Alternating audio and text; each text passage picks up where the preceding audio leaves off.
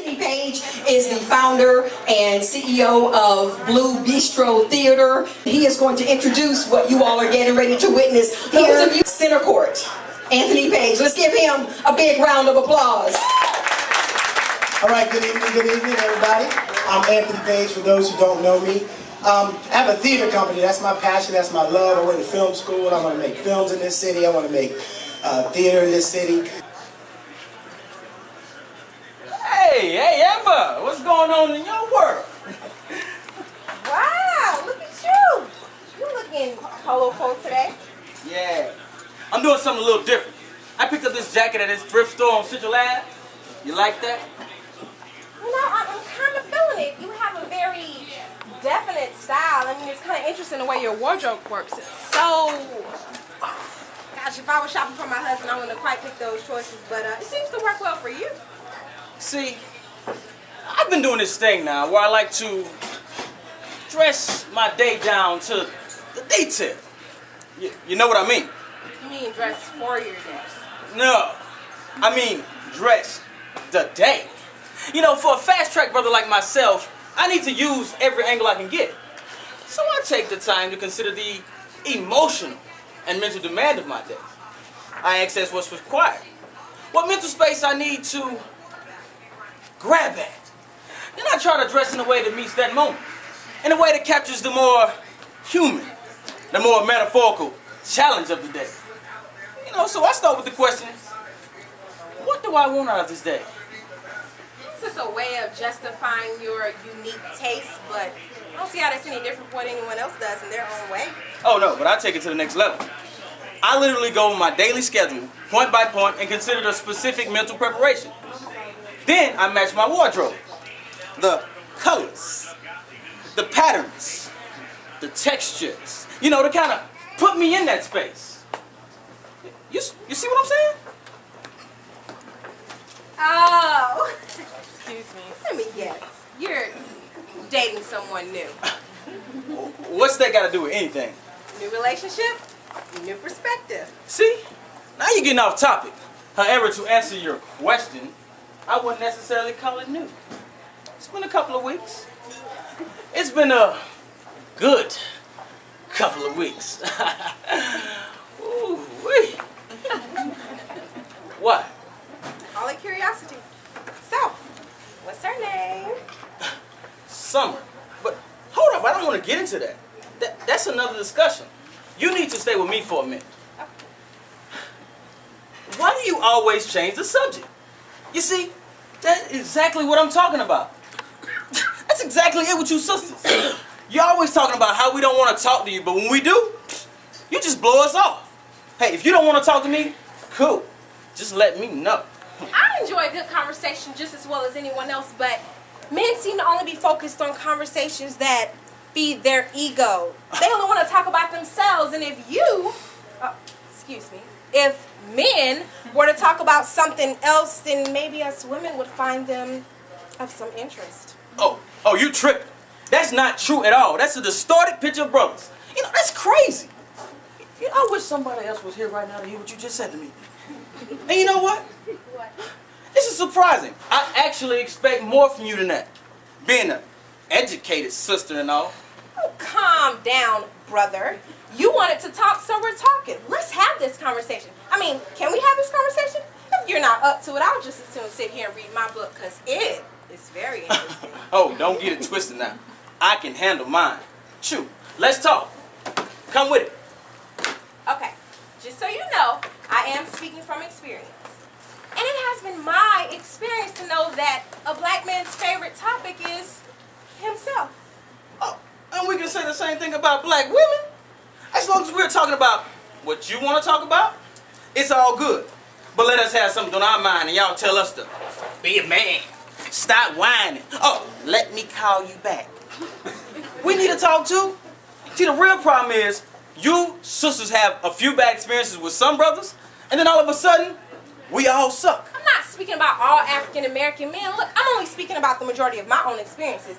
And if men, your brothers took time to actually talk about something else besides themselves, then I believe the whole Black American experience would be forever changed. Oh no, if you sisters knew how to support a brother, the whole Black American experience would be changed. See, what the brothers are experiencing is the result of circumstance, not Come on, ego. Jordan. What is this, a slavery argument? It is and it ain't. It might have been slavery back in the day.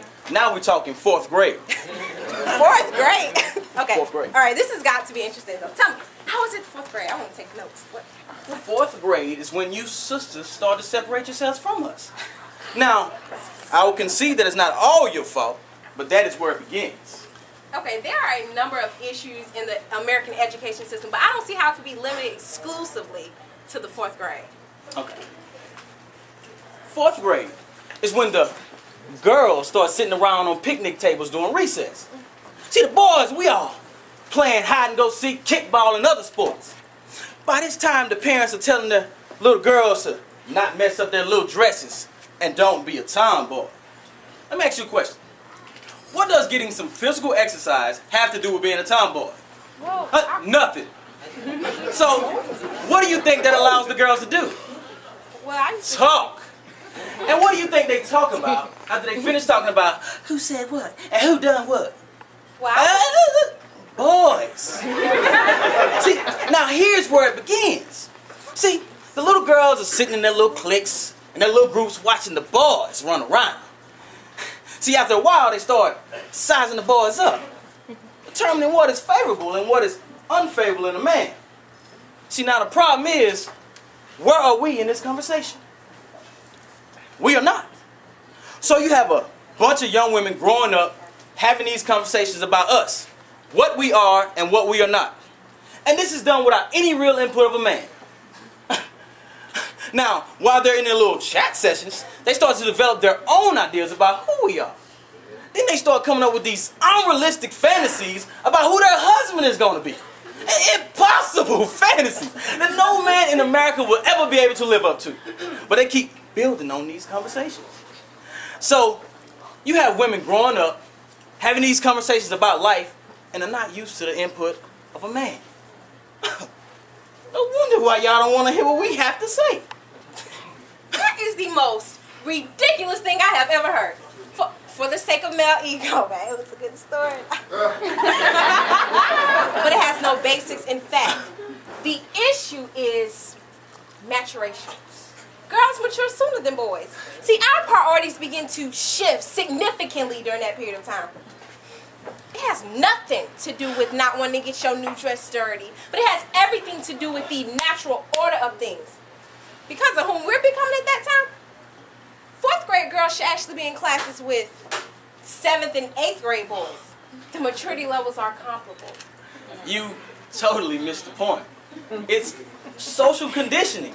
And men have to deal with years of male bashing, at least 10 by the time we graduate from high school. So your late response to this is to buy big rims and see who can drink the most beer and dress in ways to get attention from us. You know what? First of all, I don't drink beer. I might have an occasional scotch or, a nice red wine. But for those brothers who spend their money on big rims and speakers, they got other issues. How is what they're doing any different from what you're doing? You dress your day and they dress their cars. You were trying to connect things that aren't even on the same level. Like with me. Say for instance, I have a very busy day. A lot of appointments and meetings. My wardrobe is a little more structured. Everything is kind of in place. There is more symmetry in how I put things together.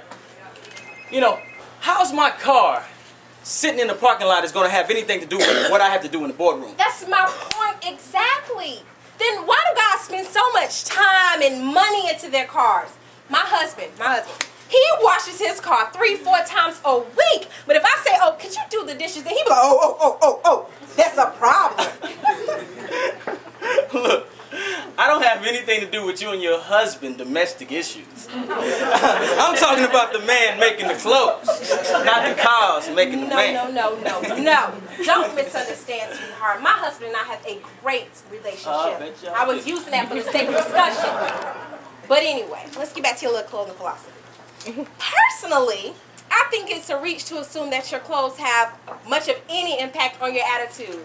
I I mean, don't get me wrong. We all want to look our best, but I can perhaps get a greater effect with a cup of tea, looking out the window, watching the Cardinals. You know? I mean, you have to work your way from the inside out, not the other way around. And I agree with you. But when you nurture the inner man, it almost always shows on the outside. What's inside has to come out. Come on, Amber. Why you gotta be so closed-minded? You need to let that go. Let it go. Change your outfit. Change your attitude. You know what? That's so strange. That actually sounds like something a woman would say. Oh, dirty. Oh, you know, I would pretend that wasn't a challenge of my manhood. You know, people often reject things they don't understand. Do you remember when you gave that presentation last week? Oh, yeah. You look so very well put together. You fit how ludicrous what you're saying really is. Consider what you're saying. Mm-hmm. It could apply to any of the 67 people in this business. That's not a stretch. Everyone in this company is trying to make some sort of move. Everyone in this company has ambition. Come on, Amber. This is me you talking to, not them other guys out there. You know what? I might let anybody else go on that, but not you. Look at the accessories. Specific, very specific, details. Not that dangly girly stuff, but the ones that stay in place. Sending out messages. The same messages. Look out. Okay. Let me have a try at this. Okay.